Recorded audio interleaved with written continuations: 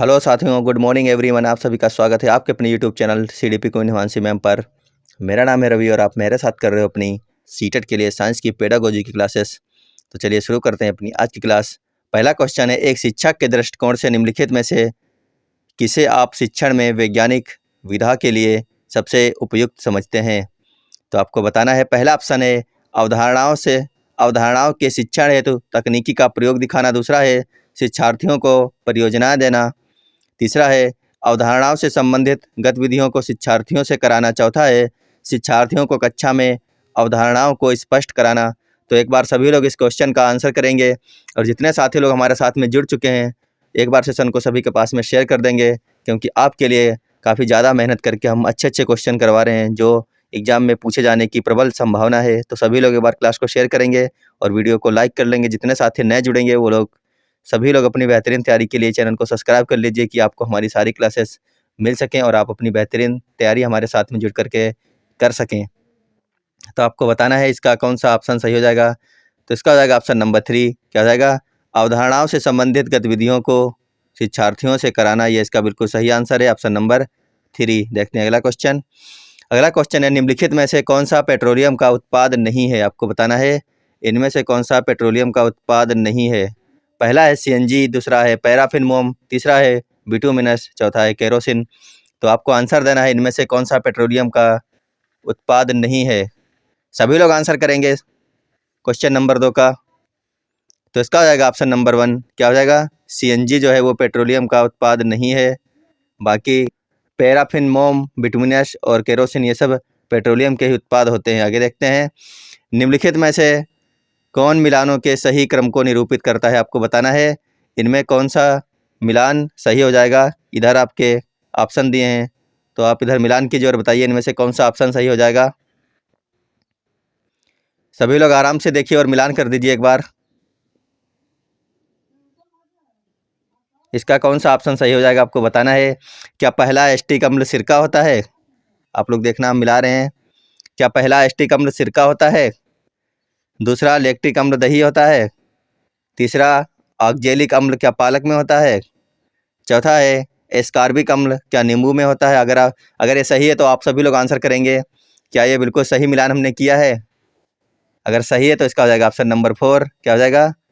Option number 4 इसका सही हो जाएगा। ये जो मिलान हमने किया है बिल्कुल सही है। क्या सही है? एस्टिक अम्ल किस में होता है? सिरका में। लैक्टिक अम्ल जो होता है दही में होता है। ऑक्जेलिक अम्ल पालक में होता है और एस्कार्बिक अम्ल नींबू या खट्टे फल में होता है। तो आप लोगों ने अब तक अपना आंसर देख लिया होगा और आपने मिलान भी कर लिया होगा। तो चलते हैं अगले क्वेश्चन पर। देखते हैं अगला क्वेश्चन। निम्नलिखित ग्रहों में से किसका अपना कोई प्राकृतिक उपग्रह नहीं है? आपको बताना है यूरेनस, मंगल, शुक्र या फिर बृहस्पति, इनमें से किसका अपना कोई भी प्राकृतिक उपग्रह नहीं है। सभी लोग एक साथ आंसर करेंगे इसका। इनमें से ऐसा कौन सा ग्रह है जिसका अपना कोई भी प्राकृतिक उपग्रह नहीं है? क्वेश्चन नंबर 4 का हो जाएगा ऑप्शन नंबर 3। क्या हो जाएगा? शुक्र ग्रह का अपना कोई भी प्राकृतिक उपग्रह नहीं है। यही इसका सही आंसर है। देखते हैं अगला क्वेश्चन।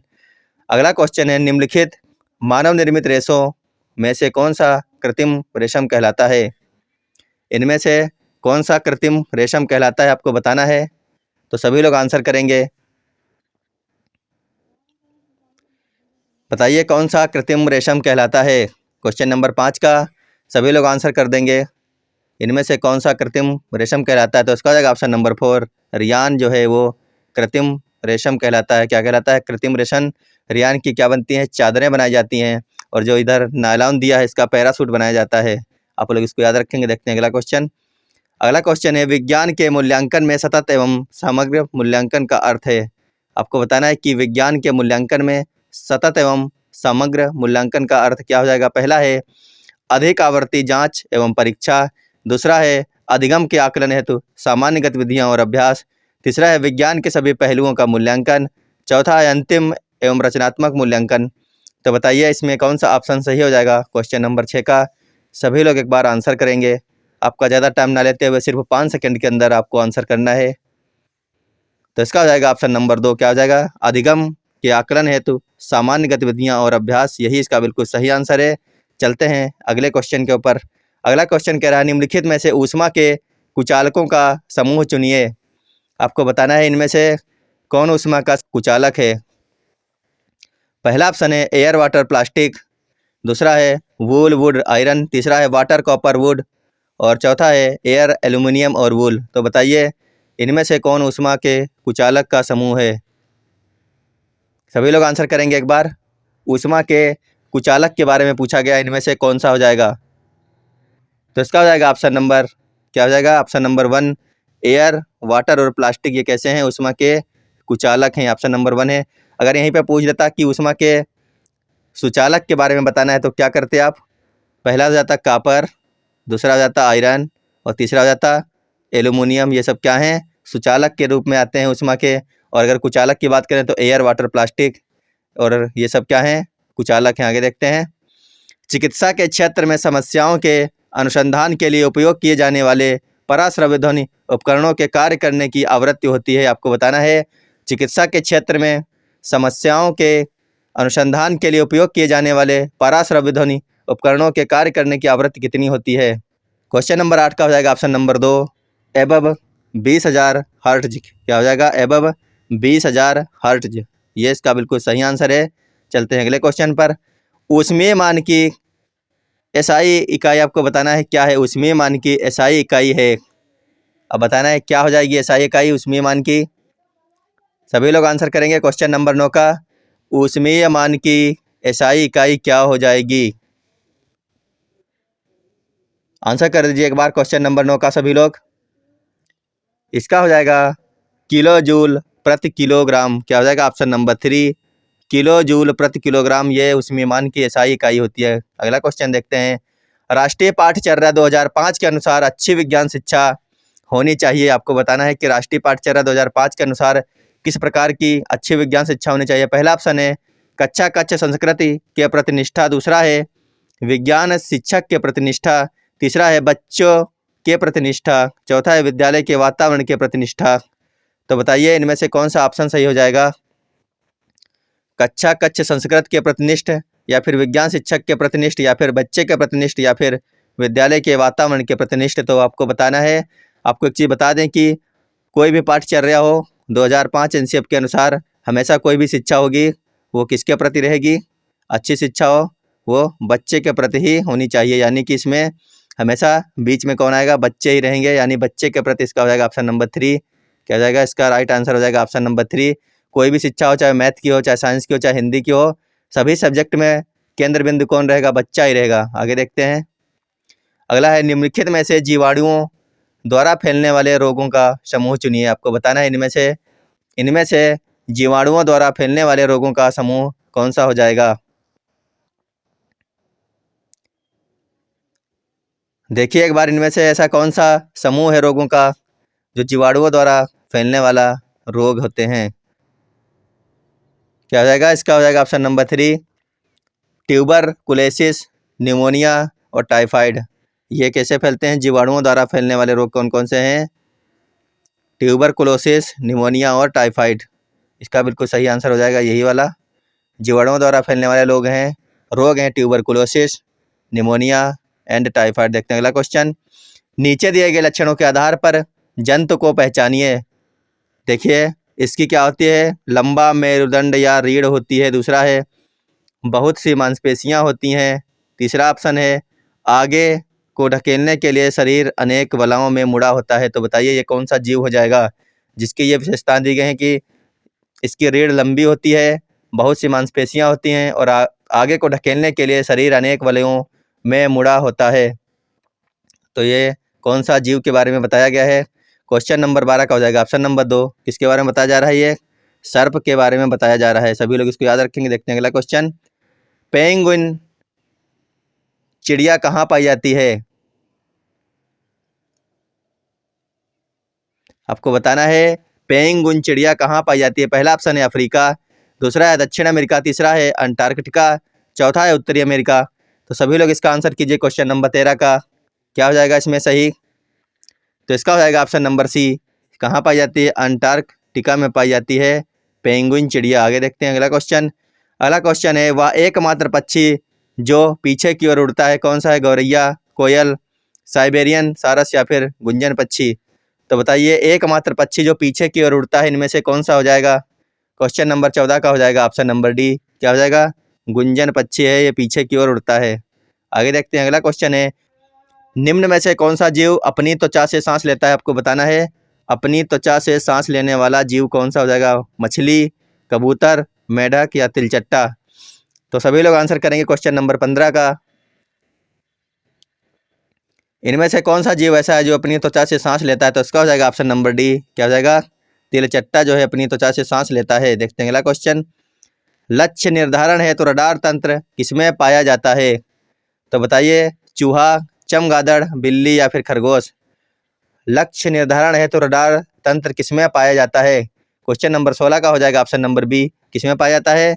चमगादड़ में पाया जाता है। ये याद रखेंगे आप लोग इसको, चमगादड़ इसका सही आंसर हो जाएगा। देखते हैं अगला क्वेश्चन। अगला क्वेश्चन है, व्हेल के हृदय में कितने चैम्बर होते हैं? सभी लोग आंसर करेंगे एक बार। व्हेल के हृदय में कितने चैम्बर होते हैं? 2, 3, 4 या फिर 1? आंसर कीजिए एक बार इसका। और जितने भी साथी लोग जुड़ चुके हो सभी लोग सेशन को एक बार शेयर कर दीजिए। सभी लोग सेशन को शेयर कीजिए। उसके बाद चलते हैं अगले क्वेश्चन पर। सभी को जोड़ लें एक बार, जितने लोग जुड़े हैं एक एक व्यक्ति को लेकर आ सकते हैं। एक बार शेयर कीजिए और एक एक आदमी को सभी लोग लेकर के आइए। तो आप लोग शेयर कीजिए और एक एक व्यक्ति को जोड़ दीजिए एक बार। तो इसका हो जाएगा ऑप्शन नंबर सी। क्या हो जाएगा? व्हेल के हृदय में 4 चैम्बर होते हैं। अगर आपने सेशन को शेयर कर दिया है और वीडियो को लाइक कर लिया है, और अगर आप नए जुड़े हैं चैनल को सब्सक्राइब कर लीजिए। आपकी बेहतरीन तैयारी के लिए आपको नोटिफिकेशन मिलती रहेगी।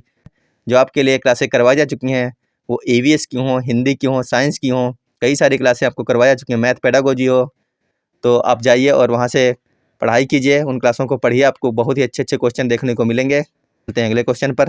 अगला क्वेश्चन है, घोंसला बनाने वाला एकमात्र सांप है। तो बताइए इनमें से कौन सा सांप जो है घोंसला बनाने वाला है?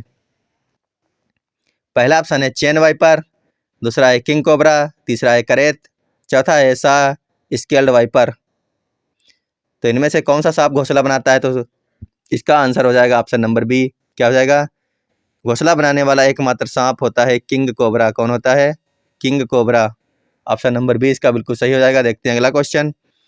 अगला क्वेश्चन है, मेढक का लार्वा क्या कहलाता है? आपको बताना है मेढक का लार्वा क्या कहलाता है। 5 सेकंड के अंदर आंसर कीजिए। मेढक का लार्वा क्या कहलाता है? इसका हो जाएगा ऑप्शन नंबर डी। क्या कहलाते हैं? टेडपोल कहलाता है मेढक का लार्वा। ऑप्शन नंबर डी सही हो जाएगा।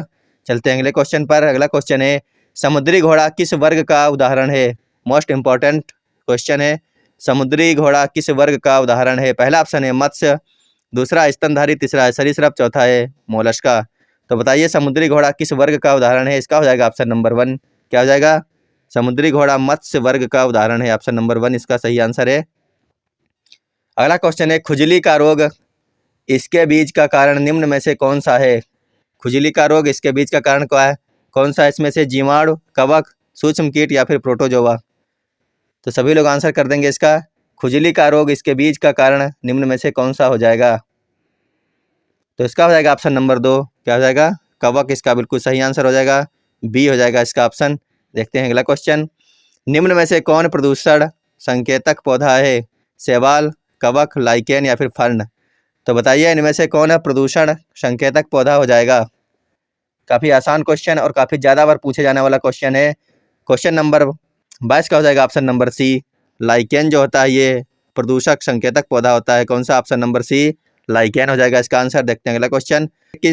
अगला क्वेश्चन है, किस पौधे का वैज्ञानिक नाम सोलेनम ट्यूबरोसम होता है? आपको बताइए इनमें से कौन सा ऐसा पेड़ है या फिर पौधा है जिसका नाम सोलेनम ट्यूबरोसम है?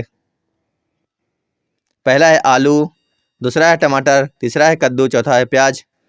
तो सभी लोग आंसर कर देंगे। इसमें हो जाएगा ऑप्शन नंबर 1। क्या हो जाएगा? आलू का वैज्ञानिक नाम होता है सोलेनम ट्यूबरोसम। आगे देखते हैं, संसार में सबसे तेज बढ़ने वाला पौधा कौन सा है? बांस, चावल, मनी प्लांट या फिर टीक? संसार का सबसे तेज बढ़ने वाला पौधा होता है ऑप्शन नंबर 1। क्या होता है? बांस होता है, जिसको घास की श्रेणी में रखा गया है। बांस को घास की श्रेणी में रखा गया है। इसको आप लोग याद रखेंगे, ये क्वेश्चन 1-2 बार पूछा भी जा चुका है। आगे चलते हैं। प्याज में खाद्य पदार्थ किस रूप में संचित होता है? आपको बताना है प्याज में खाद्य पदार्थ किस प्याज में खाद्य पदार्थ किस रूप में संचयित होता है? पहला है सेलुलोज, दूसरा है प्रोटीन, तीसरा है स्टार्च, चौथा है शर्करा। सभी लोग आंसर करेंगे किस रूप में खाद्य पदार्थ संचयित होता है प्याज के अंदर। क्वेश्चन नंबर 25 का हो जाएगा ऑप्शन नंबर 1, क्या हो जाएगा? सेलुलोज। ऑप्शन नंबर ए इसका बिल्कुल सही आंसर है। देखते हैं अगला क्वेश्चन। ध्वनि ऊर्जा को विद्युत ऊर्जा में परिवर्तित करने वाले यंत्र का नाम क्या है? ध्वनि ऊर्जा को विद्युत ऊर्जा में परिवर्तित करने वाले यंत्र का नाम बताना है आपको। क्वेश्चन नंबर 26 का सभी लोग आंसर कीजिए और सभी जितने साथी लोग नए जुड़े हैं चैनल को सब्सक्राइब कर लीजिए। हमारी क्लासों के साथ में तैयारी करने के लिए अगर आपको क्लास अच्छी लग रही है तो एक बार चैनल को सब्सक्राइब कर लेंगे सभी लोग। तो इसका हो जाएगा ऑप्शन नंबर सी, क्या हो जाएगा? माइक्रोफोन। क्या हो जाएगा इसका ऑप्शन? माइक्रोफोन जो है वो ध्वनि ऊर्जा को विद्युत ऊर्जा में परिवर्तित कर देता है। आगे देखते हैं अगला क्वेश्चन है, प्रकाश संश्लेषण का अंतिम उत्पाद क्या होता है? बहुत ही अच्छा क्वेश्चन है। प्रकाश संश्लेषण का अंतिम उत्पाद क्या होता है? कार्बोहाइड्रेट, कार्बन डाइऑक्साइड या फिर ऑक्सीजन या जल? तो इसका हो जाएगा ऑप्शन नंबर ए, क्या हो जाता है? प्रकाश संश्लेषण का अंतिम उत्पाद होता है कार्बोहाइड्रेट। ऑप्शन नंबर ए इसका बिल्कुल सही है। चलते हैं अगले क्वेश्चन पर। धान का खैरा रोग किस तत्व की कमी से होता है? नाइट्रोजन, लोहा, जिंक, पोटास। आपको बताना है धान का खैरा रोग किस तत्व की कमी के कारण हो जाता है। तो इसका हो जाएगा ऑप्शन नंबर सी, क्या हो जाएगा? जिंक की कमी से धान में खैरा रोग हो जाता है। आगे देखते हैं अगला क्वेश्चन है, फ्लोरा और फौना का क्या अर्थ होता है?